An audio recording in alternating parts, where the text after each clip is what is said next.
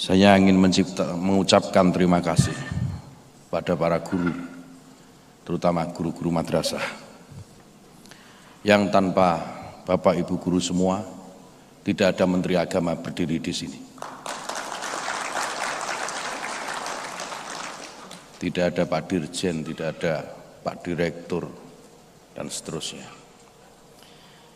Tanpa Bapak Ibu sekalian, maka dunia yang kita tinggal ini pasti gelap gulita. Terima kasih Bapak Ibu sekalian, para guru. Saya ini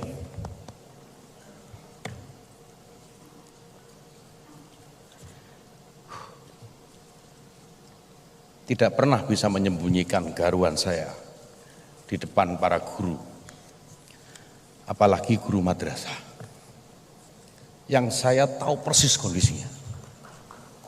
Saya tahu persis kondisinya, meskipun tadi saya tanyakan Pak Dirjen bilang ya itu kan yang di pinggiran, itu yang di pinggiran. Beda dengan yang dalam kota, beda dengan guru madrasah tadi yang dari Pondok Indah. Tidak, saya bilang. Dalam hati saya mengatakan tidak, sama saja kondisinya. Kondisi guru madrasah hari ini, Bapak Ibu sekalian, menurut saya memang kurang mendapatkan perhatian yang sepantasnya dibanding jasa yang sudah diberikan. Kita seringkali melupakan. Saya enggak nangis dikasih tisu.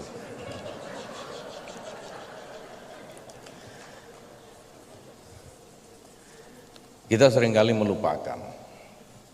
Kita sampai di sini, kita bisa sampai kemudian dihargai oleh banyak orang, diberikan penghormatan oleh banyak orang. Itu karena jasa para guru, terutama guru-guru madrasah. Tidak ada guru-guru, tidak ada guru madrasah, saya tidak bisa membayangkan bagaimana masa depan negeri ini, bagaimana masa depan anak-anak kita nanti. Karena guru-guru madrasah ini benteng pertahanan terakhir bagi moralitas anak-anak dan moralitas bangsa ini, yang menjadi modal dasar untuk tetap tegak berdiri. Saya tentu berharap ke depan guru-guru madrasah ini mendapatkan perhatian yang lebih. Meskipun tentu yang kita hadapi tidak mudah. Banyak kendala, banyak hambatan, banyak hal yang harus kita lalui. Yang itu, ya saya harus katakan itu tidak mudah. Tapi Bapak Ibu sekalian, sebenarnya ini hanya soal will, soal kemauan. Seringkali ketika berhadapan dengan guru madrasah terutama, yang ditanyakan itu pasti soal kesejahteraan. Ketika dibandingkan dengan teman-teman kita guru di tempat lain yang bukan guru madrasah, maka kesejahteraannya akan berbeda. Kita tahu seorang kepala madrasah diniyah, Ustadz siapa tadi namanya? Pak Ustadz tadi, rumahnya seperti itu Pak. Rumah yang ditinggali seperti itu. Ya, kita bandingkan dengan diri saya. Dengan diri saya, yang tidak banyak memiliki jasa terhadap anak-anak didik itu. Kalau saya suruh hidup di situ enggak mau saya. Saya enggak mau. Tapi Ustadz tadi, Pak Kepala Madin tadi, dengan luar biasa bertahan dengan kondisi seadanya dan tetap mengajarkan anak-anak didik dengan ikhlas, meskipun tidak bisa beramal pasti. Kalau ikhlas beramal itu Kementerian Agama. Nah, perhatian ini saya kira harus lebih ditingkatkan lagi Pak, terutama soal kesejahteraan. Saya tahu kok, kalau dibilang nggak ada anggaran, nggak ada anggaran. Meskipun mungkin belum cukup, tetapi kalau dibilang tidak ada, kita berani berdebat nih, saya berani berdebat seminggu, 7 hari seminggu itu, 7 kali 24 jam kalau perlu kita berdebat, anggaran ada. Tinggal bagaimana anggaran ini kita berikan sebagai bentuk perhatian kepada guru madrasah. Kalau toh belum bisa besar, setidaknya ada dulu. Semua proses berjuang, semua proses berusaha. Mohon maaf, sekali lagi mohon maaf. Acara sebesar ini, saya tidak sedang mengoreksi Pak, saya hanya sedang membandingkan. Acara sebesar ini, ya, anggaran yang digunakan untuk membuat acara sebesar ini, kalau diperuntukkan kesejahteraan guru kan lumayan. Dan berapa kali acara sebesar ini dalam setahun? Dan apa efek secara langsung kepada para guru madrasah? Ini soal keberpihakan. Sekali lagi ini soal will, soal kemauan. Mau nggak kita berpihak? Kalau kita kembalikan kepada diri kita masing-masing, bagaimana kita seperti yang tadi saya awal sampaikan sampai di sini, sampai ada seorang menteri, ada seorang dirjen, ada seorang direktur dan seterusnya, itu karena jasa para guru dan ada di dalamnya guru-guru madrasah, tentu kita akan berpikiran lain. Tentu kita akan berpikiran lain.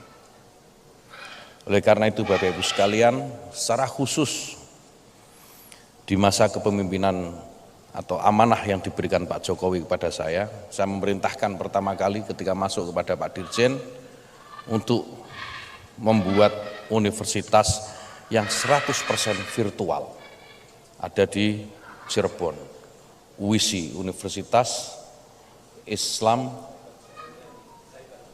Cyber Syekh Nurjati, saya sampai lupa namanya susah. Ini universitas 100% cyber yang manfaatnya diharapkan bisa dijadikan sarana untuk mengafirmasi para guru madrasah, sehingga guru-guru madrasah yang jumlahnya ada 420.000 yang belum tersertifikasi bisa mengikuti sertifikasi. Karena apa? Sekolah virtual ini Bapak Ibu sekalian tidak menuntut kehadiran secara fisik. Bapak Ibu sekalian, para guru madrasah cukup kuliah dari rumah secara online dan biayanya pasti jauh lebih murah dibanding Bapak Ibu sekalian harus sekolah, datang ke kampus atau di kota di mana kampus itu berada. Saya cukup bersyukur karena dari laporan yang saya terima yang mendaftar sudah sekitar 600-an ya Pak ya. Ada 600-an yang diterima sekitar 200 untuk tahun awal pembukaan ini. Dan mudah-mudahan untuk tahun-tahun ke depan, semester-semester ke depan akan lebih banyak. Akan lebih banyak guru-guru madrasah yang belum memiliki gelar sarjana mengikuti sekolah murah ini, kuliah murah ini, agar bisa mengikuti sertifikasi yang pada gilirannya akan meningkatkan kesejahteraan para guru. Bapak Ibu sekalian,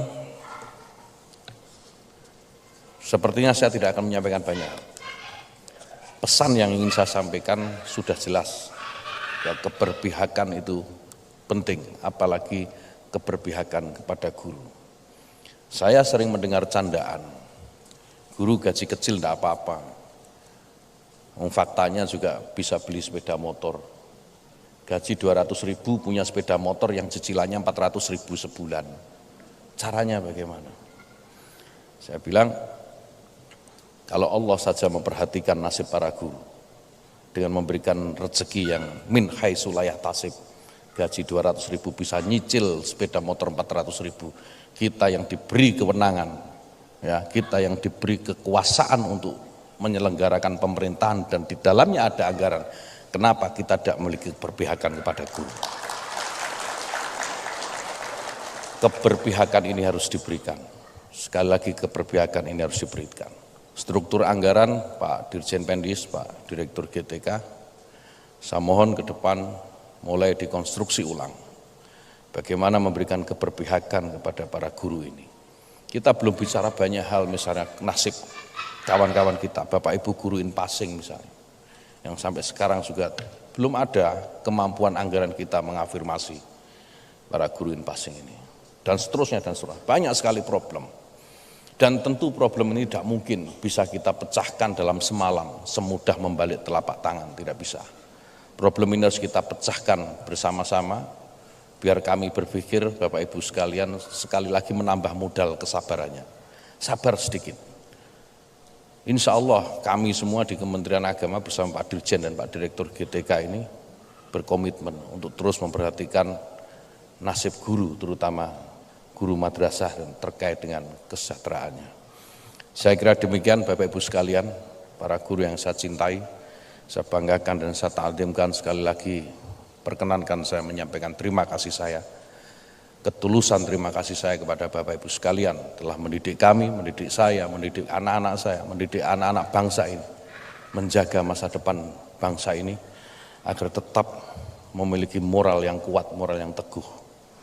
Mudah-mudahan Bapak Ibu sekalian memiliki ketangguhan untuk menghadapi berbagai persoalan, banyak sekali persoalan, dan tidak mudah menyerah dalam segala kesulitan. Terima kasih. Wallahul muwaffiq ila aqwamit thoriq. Assalamualaikum warahmatullahi wabarakatuh.